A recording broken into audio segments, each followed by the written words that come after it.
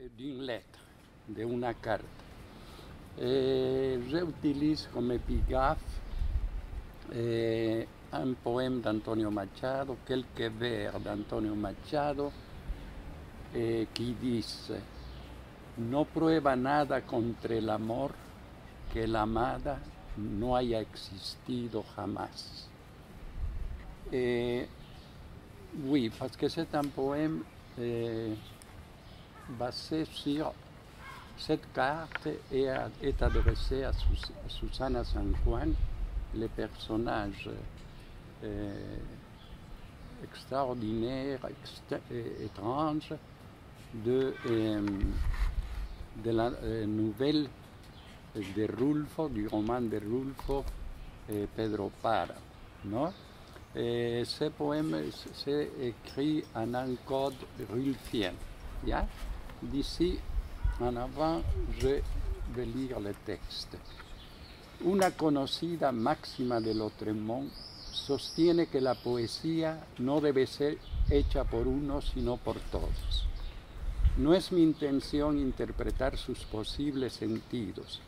La cito simplemente como una cifra de los insospechados caminos que recorrí en la escritura de Carta al Inolvidable, de las numerosas voces que se entreveraron en su lenta redacción, al punto de que mi labor se limitó por momentos a la de un transcriptor.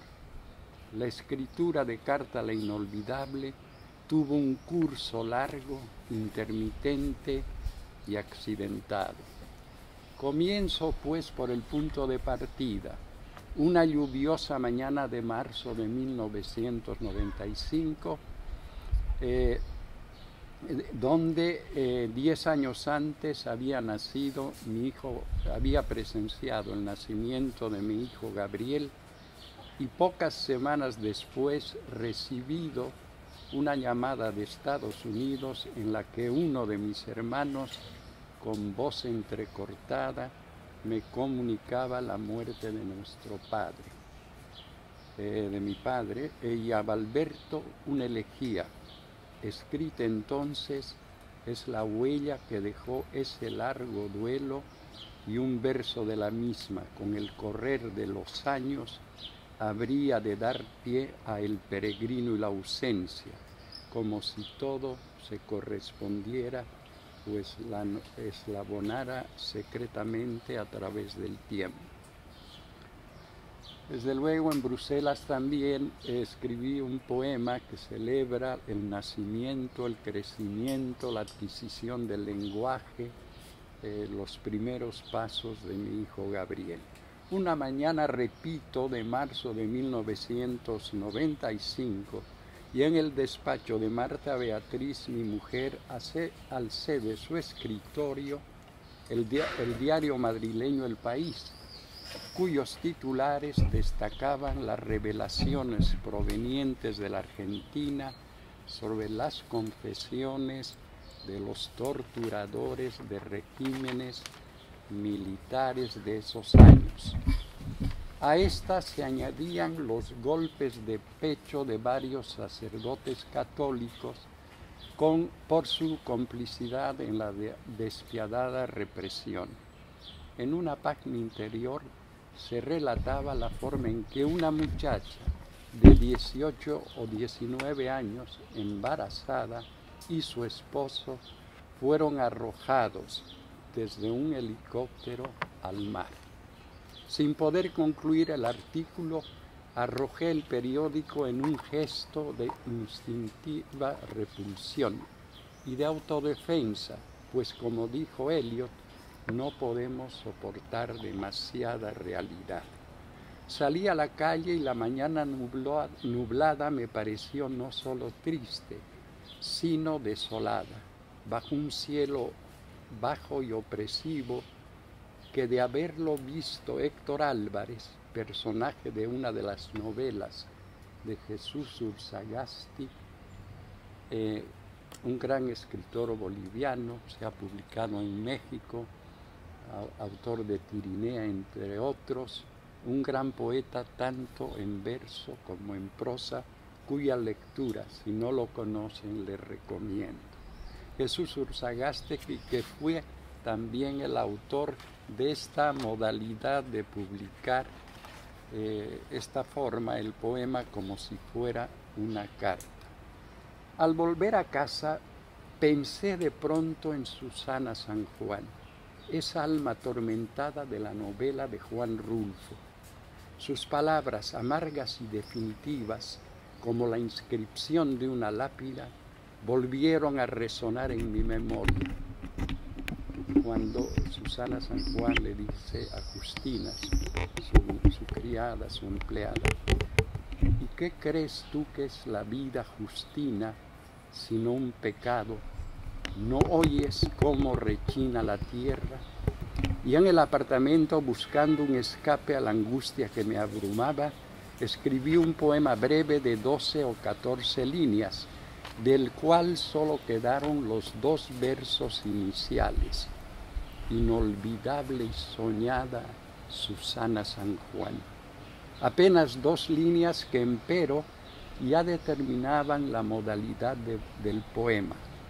Aparte del tono íntimo, su carácter epistolar, y aunque en verso sería una carta, y asimismo establecería una correspondencia o analogía entre nuestro tiempo y el páramo espiritual de la novela de Rulfo. Los deslindes entre la ficción y la realidad se diluían, o más precisamente una y otra se interpolaban hasta confundirse.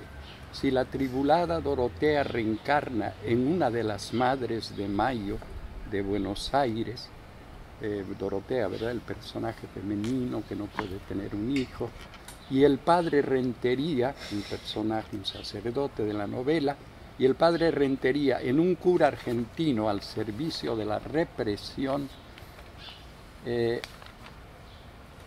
en Bosnia, Pedro Páramo, en traje de un general serbio, Retko Mladić, volvía a levantarse para ser lo que es, rencor vivo y mala hierba. Entonces, varios personajes de la novela de Rulfo desfilaron por mi memoria como réplicas exactas de los de la realidad. Días más tarde, la relectura de la novela, que adquirí en una librería española en la excelente edición de González Bolsó, editada por Cátedra, me inspiró 2 nuevas estrofas.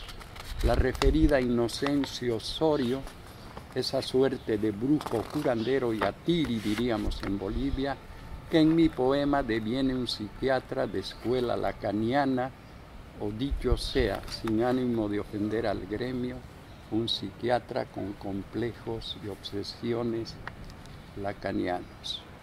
La otra imagen o estrofa reincorpora al licenciado Trujillo, quien paupérrimamente es el abogado, ¿verdad?, que hace los juegos sucios legalmente, e incorpora al licenciado Gerardo Trujillo, quien paupérrimamente renombrado por Pedro Páramo en la novela. En mi poema Carta parece haber alcanzado una buena situación económica mediante una maniobra de índole confusa y sangrienta. Con estas y otras estrofas el poema me llevaba por una vena de humor que no había previsto. A más de ello, me presté de la novela algunas imágenes literales, entre ellas como estrellas fugaces, referidas en mi poema a las palabras que se dicen los amantes, y otra para expresar un soberbio atardecer contemplado a principios de junio en Bucarest, donde estuve por una semana invitado a dar un ciclo de charlas sobre la literatura boliviana.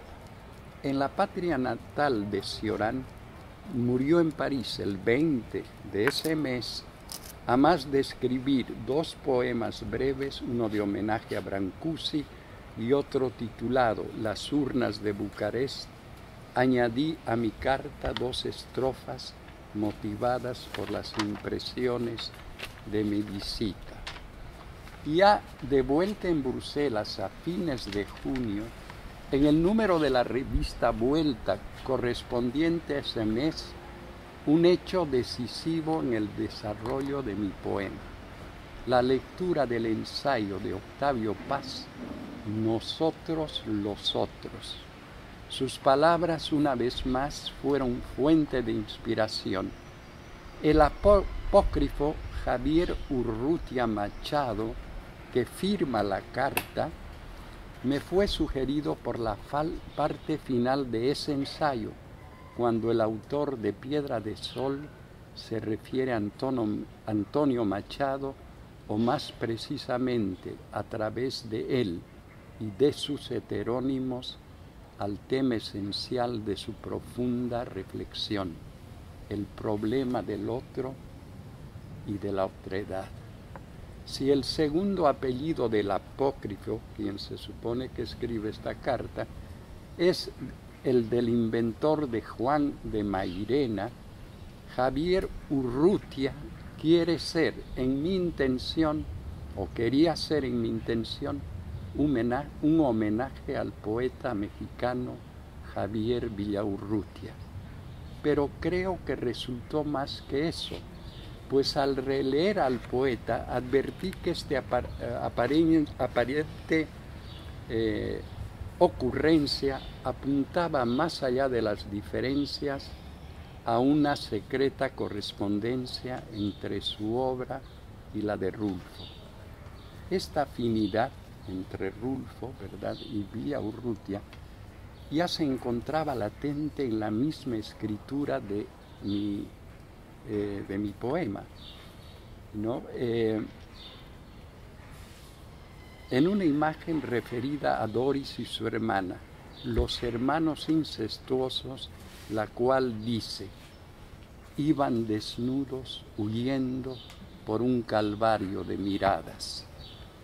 Imagen esta que creí original, personal, hasta que una relectura de la obra de Villaurrutia me mostró que era una mera variación de otra suya, sin máscara, como un hombre desnudo en medio de una calle de miradas. Coincidencia o reminiscencia, probablemente lo segundo, aunque lo que cuenta es la analogía establecida por la imagen entre la visión de Rulfo y la del poeta. No ignoro que tal afinidad ya ha sido señalada por la crítica. Me limito aquí a subrayarla con un breve poema de Villaurrutia. Un breve poema que se titula Volver. Volver a una patria lejana, volver a una patria olvidada, oscuramente deformada por el destierro en esta tierra. Salir del aire que me encierra y anclar otra vez en la nada.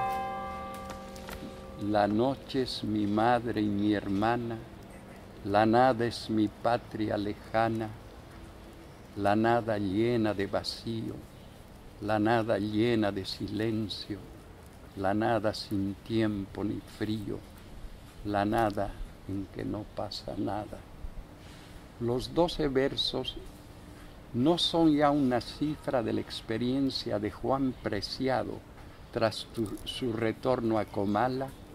El mundo de reflejos del poeta se corresponde con el mundo de ecos del novelista, en ambos una visión desolada, desencarnada del mundo, vacío espejeante en Villaurrutia, oquedad susurrante en Rulfo. Este parentesco se intensifica si escuchamos en contrapunto a Villaurrutia y a Susana San Juan. Dice Javier Villaurrutia: amar es una sed, la de la llaga que arde sin consumirse ni cerrarse, y el hambre de una boca atormentada que pide más y no se sacia. y Susana San Juan. Cito a Susana San Juan. Quiero decir a Rulfo: el mar deja mis tobillos y se va, moja mis rodillas, mis muslos, rodea mi cintura con su brazo suave, da vueltas sobre mis senos, se abraza de mi cuello, aprieta mis hombros. Entonces me hundo en él entera, me entrego a él en su fuerte batir, en su suave poseer sin dejar pedazo. En los dos, Villaurrutia y Susana San Juan, la quejumbre de un alma acosada por la infinitud del deseo y la sed de fusión, de disolución en el otro. Sendas voces de una idéntica pasión erótica que aspira en vano a la comunión mística. Recuerdo al paso que en la Susana de Dama de Corazones, 1925-1926, escrita por Villaurrutia, un breve relato, la crítica ha advertido un antecedente de Susana San Juan, pero mejor suspendo aquí estas disquisiciones sin discutir ese antecedente o no, y retomo el hilo de la narración de la composición de la carta. A fines de julio, cerca de la Biblioteca Royal, en una de cuyas oficinas tenía cita con el poeta Franz de Haes, un afiche me recordaba que la exposición Las Metamorfosis de Orfeo, Les Métamorphoses d'Orphée, que me había propuesto visitar hacía meses, concluiría al día siguiente. Abrevié la cita con el poeta amigo y apresuradamente me dirigí hacia el Museo de Ixelles. Lo visitaba por primera vez. En la sección donde se exhibe su colección permanente, me detuve ante un retrato de Proust titulado Peinture littéraire vía José-Émile Blanche. La obra de Charlier de 1939 es una copia fiel del conocido retrato de Proust realizado en 1895 por Jacques-Émile Blanche, pero con una añadidura que explica el título. Una frase de Proust escrita, pintada en blanco, cruza el retrato. Que la permanence et la durée ne sont promises à rien, pas même à la douleur. Un año antes había releído En busca del tiempo perdido, y su relectura, más que una rememoración, fue un redescubrimiento. Pero desde luego no recordaba la frase transcrita en la pintura de Charlier. ¿De qué libro procedía? A dos muchachas que andaban tomando apuntes para una asignación escolar, les pedí prestado un bolígrafo con el que copié la frase que daría pie a una nueva estrofa. Mi versión rezaría, es una estrofa de la carta: ni al dolor promete esta tierra permanencia ni duración. Ayer desgajé esta sentencia de unas muchachas en flor. Anoto al paso que en una lectura posterior, aquí para este encuentro, localizaría, perfecto, entonces localizaría, sí, ya termino, la frase de Proust que está en A l'ombre de Jean-Philippe en fleur.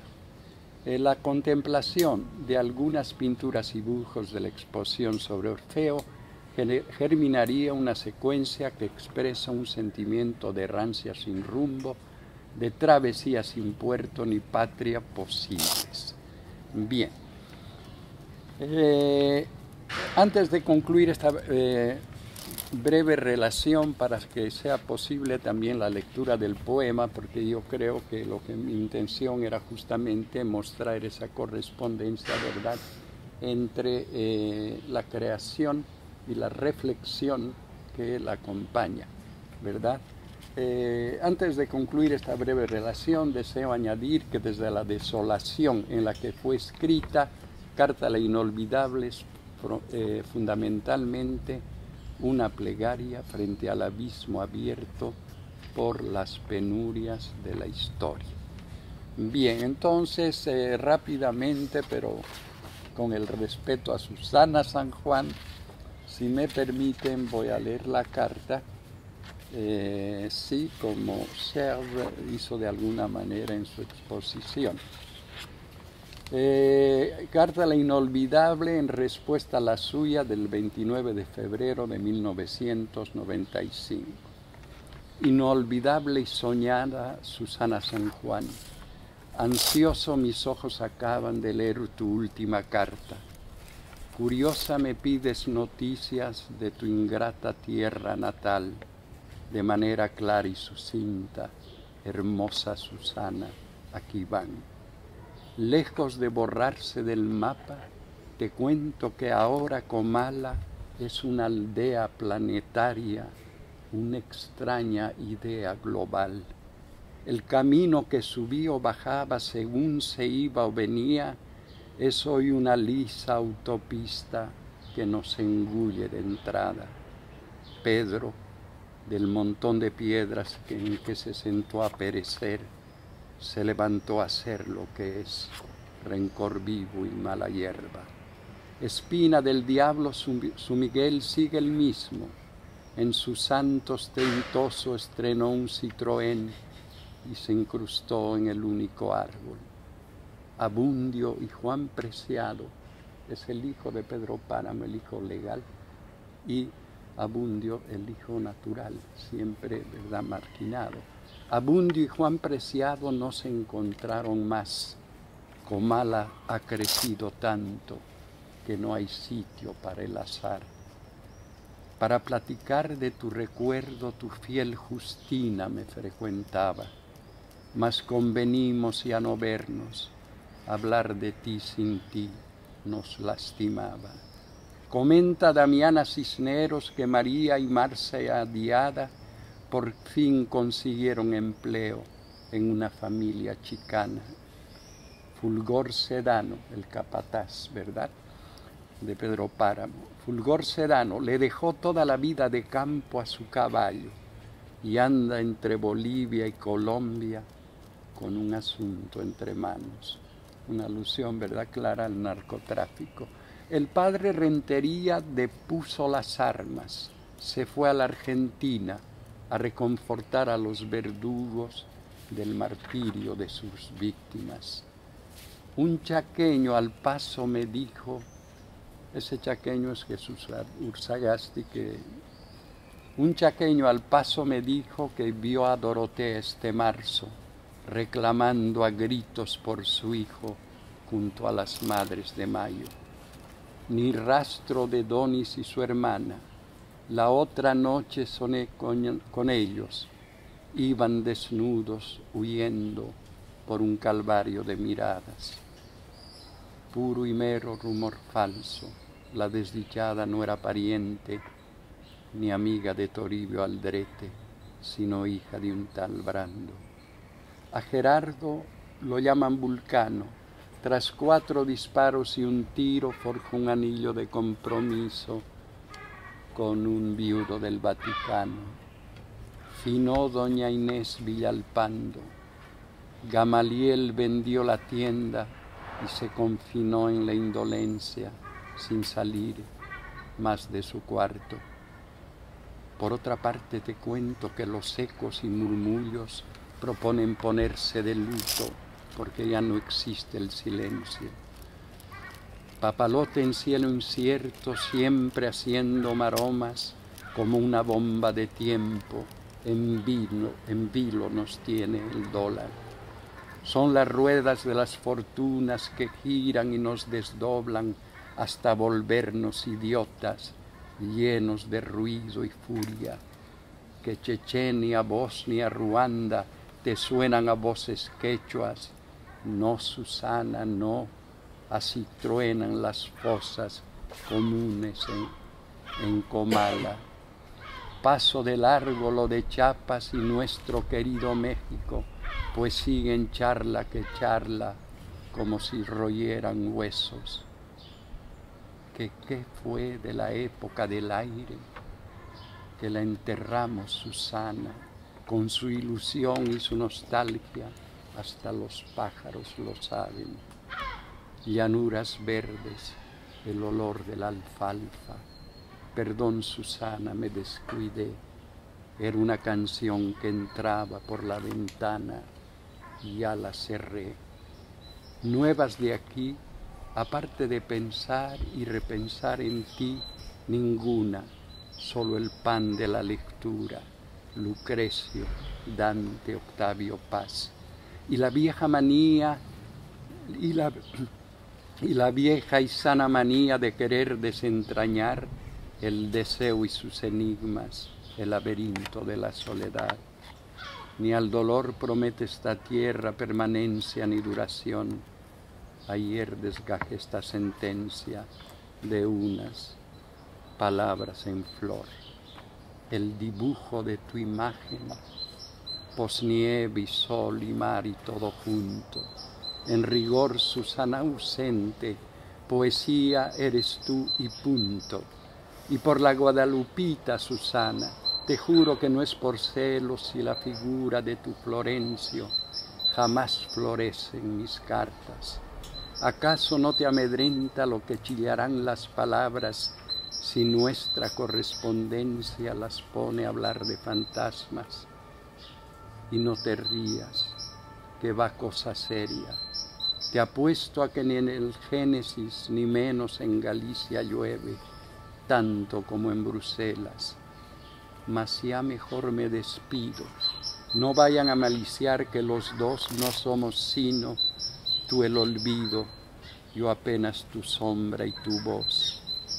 Pero antes, un fiel consejo, Susana, trata de no regresar.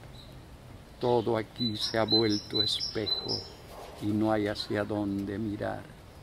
Si parece como si nadie ya con nadie estuviera, como si del sueño de alguien al vacío se amaneciera.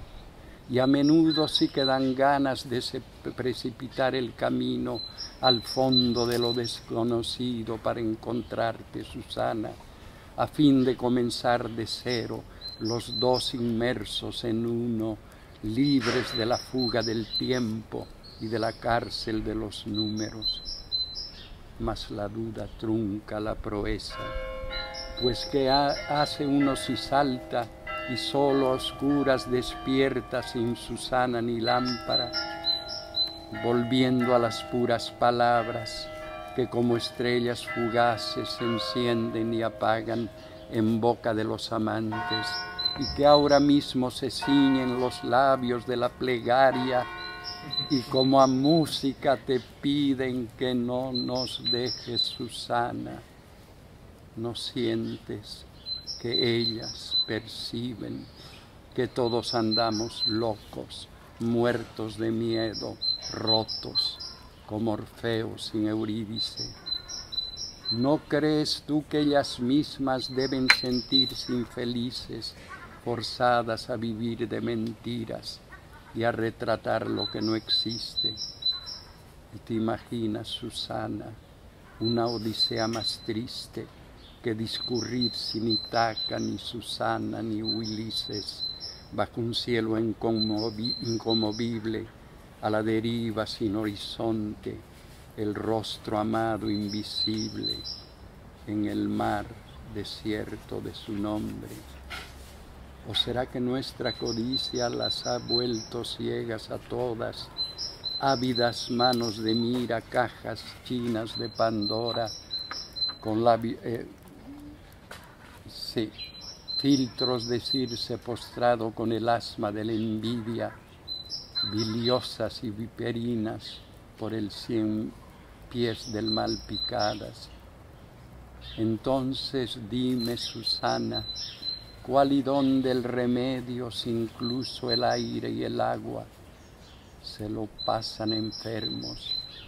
Dejar que la vida se marche sola como tú de Comala, sin volver la vista hacia nadie ni guardar memoria de nada, o mimarla como los mirlos que cantan en este instante, y son acaso los mismos que anoche soñé con tu imagen.